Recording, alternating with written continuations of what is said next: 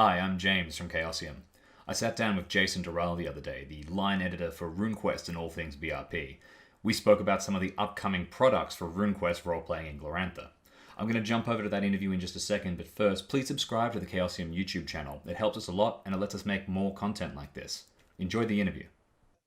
Well, the biggest project is the culmination of about 2 years of work, honestly, and that would be the starter set, which is going to be, I think, one of the best starter sets published in role-playing games. Period. That's my goal, at least. It has is ludicrously overloaded with content, with a lot of characters, pre-made adventurers, 14 of them, a book of rules, a solo quest, a scenario by which you can learn the RuneQuest rules by playing through this epic encounter, a source book of Glorantha and of Johnstown, which can be used as a starting hamlet with a considerable amount of information about the area. And then finally, an adventures book with 3 full-length adventures, encounter tables, adventure seeds, rumors, and whatnot. It is really going to be a very nice product, and I'm really excited about it. We're in the final phases now, and it should go into print very soon. I'm always excited by starter sets because there's so much to dive into. Can you say something about the starter set that you think might be exciting for new players, as well as something that might be exciting for veteran players coming back to RuneQuest or to Glorantha? That is actually a very good question. When we first started thinking about it, we were, all of us knew the virtue in getting new players to come in. We thought, okay, Glorantha and RuneQuest traditionally has a lot of a rather steep bar to entry sometimes, or a perceived steep bar, and that there's this gigantic world with 40 years of history and content. And it was really critical to us to make a product that was appealing to new players, players who had only maybe heard about it and never seen it, or people who just wanted to, check up a new game and see what it was like. So everything we did was designed to make the game, this starter set, very, very user friendly, very open to new players to come in.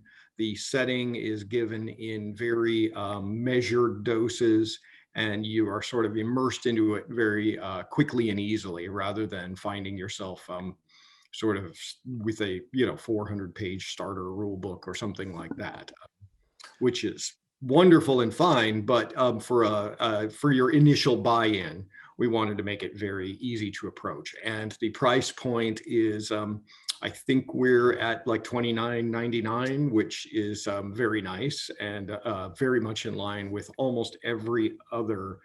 It's actually cheaper than many starter sets for other games, and in terms of content, it is far more bursting with content and playability. The thing that was also critical for us when we did the initial scope of this project was that we wanted it to be absolutely of interest to veteran players. Now, many, many starter sets, and I have a stack of them. Rick, our director, he's got quite a few of them. And one thing that we notice is many of these are basically sort of fire and forget products. You buy them, you play through a handful, like one or more adventures, and then you could pretty much just put it on the shelf again and never look at it again. There might be some items, like some dice you can scavenge out of some reference sheets, but and that's not a criticism, it's just an observation about the way these other things go.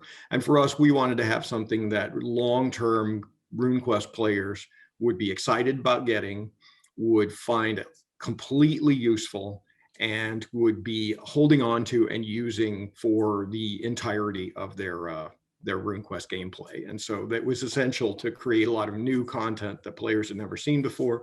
So if you are new to RuneQuest, you can come into this product and really enjoy it and have a great time and explore this crazy new world.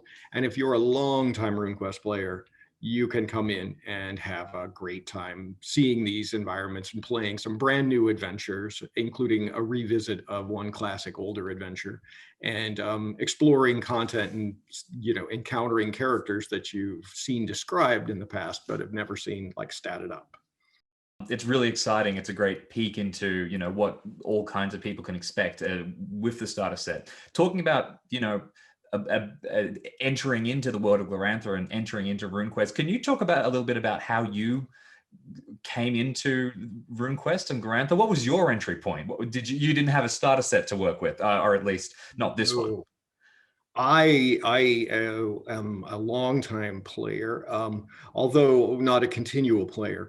I first came into Glorantha through Chaosium as a whole, because I was a huge fan of the Stormbringer game when that first came out. I was a huge fan of the Elric books, and I played Stormbringer first edition. As soon as I found there was a game about Elric and Stormbringer, I bought that. And then when I discovered from there, I was like, oh my God, there's a Call of Cthulhu game too. What's going on here?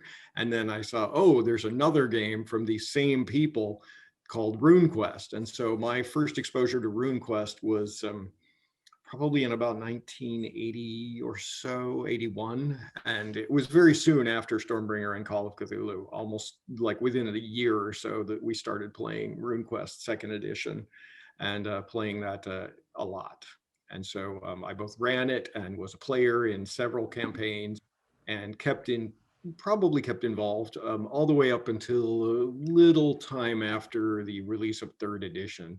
And then, I went to college and didn't do much gaming during college at all. So, and then I was in Japan for 6 years, and that was also a challenging time to do gaming. So I can imagine, yeah. Stayed in touch with RuneQuest. I think I picked up Hero Quest back in the like Hero Wars and then Hero Quest when those became out. But my real comeback to RuneQuest was with this new edition. Oh, fantastic. So the starter set is great, but I think there's also some other cool projects cooking for perhaps more experienced players, people who have a more familiarity with the world and with the game. What else is on the agenda?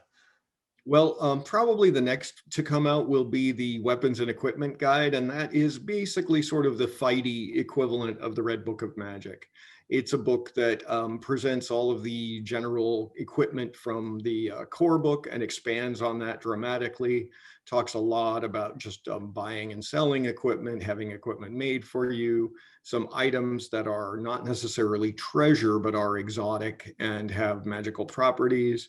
It talks about hirelings, mounts, and even some rules for both siege level weaponry and estates, like how to manage your hide of land and how to get the maximum profit and how to build your keep out in the forest, and perhaps customize that and try to micromanage that and turn that into a source of revenue and adventure. That is incredibly cool. Yeah, and then after that will be the long-awaited Game Master's source book, which will be a big book, just full of all kinds of information about how to run sustained RuneQuest campaigns, create encounters, treasure rules, rules for just how to handle combats, how to just keep fleshing out the world and bringing the setting to life. And there's a lot of just basic how to build a campaign, how to build an adventure, how to take character information and turn that into plot threads that pay off over the course of time. So a lot of that cool stuff is in there.